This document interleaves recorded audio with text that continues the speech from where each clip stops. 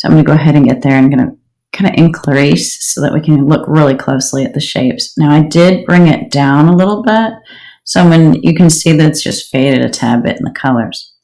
When you saw me drawing on my shapes, you saw me kind of look at what is the darks, the mediums, and the lights. So what I'm going to do right now is go ahead and turn my layer down really low so you can kind of see what I'm looking for in my drawing. And it kind of, when I say the word squint at what you're looking at so you can see shapes, it helps just a little bit. Right now I'm working with the pencil tool, and that pencil tool comes out just a little bit faint, so that's why I lowered the level for you so you could kind of see it just a little bit better. Let's see if it's going to work. We might have to darken it a little bit. Oh, I'm on the wrong layer. It helps if you're on the right layer so you can see what you're doing. Okay, so what I'm doing is I'm just going to kind of trace these layers right now. Now this is going to be a flat rendition of what I'm looking at. The main thing is I wanted you to see some of the color changes. Here there's a color change. So almost a paint by number approach. So let's just do a little bit of this, and then we're going to turn the photo off.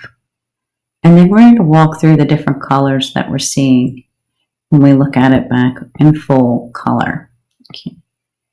Now, this is going to be making the volume of the waves. So not only do you have to kind of look, you have to start to look to see the shapes and the volumes of the waves that you're making. These are all my super lights. I'm going to spend a little more time. They're very easy to see, the super lights in this setup. So let's go ahead and get some of these shapes traced. And this again is a method to help me see what I'm looking at in the photograph that I've already taken for myself. It is extremely important that you use your own photograph. Do not go pull a photograph from the internet of water. Okay, most of you live around somewhere where you can get to it, and I'll just tell you the pond right outside is going to be a fine rendition to look at. So we're going to go out there and take a picture of our own pond. All right, so I might have to turn my value up just a little bit here to see. Okay, and I think you can now see my pen a little bit. Oh, I'm on the wrong layer again. Make sure you're on the right layer when you draw. And you can see my dark to my light. And it's going to look kind of like a paint by number. Now what I'm doing in this exercise is helping you look, and this will help you see how I split out all of my values when I begin my painting. I will put in an underpainting color. We're going to talk about that in another video, but this one is just to kind of get you started here, seeing the shapes. You have a question to answer of how would you describe these shapes to a blind person? There really isn't a name for them. That's what makes them kind of an organic form. But there is a little geometry here. You'll notice over here we kind of have a swirling. And if you'll be careful and look, you'll see the swirling comes all the way out. So there's like a pebble there. That's pretty interesting. And then look here at this shape. This is a very interesting shape, moving its way through.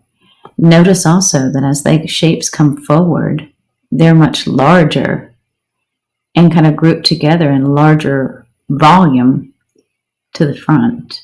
This is going to help us with perspective. Now look at these different values here. Light, medium, and dark. Now if you did my cross contour, you're going to understand that this is the contour of this wave. It's coming across this way and then this way.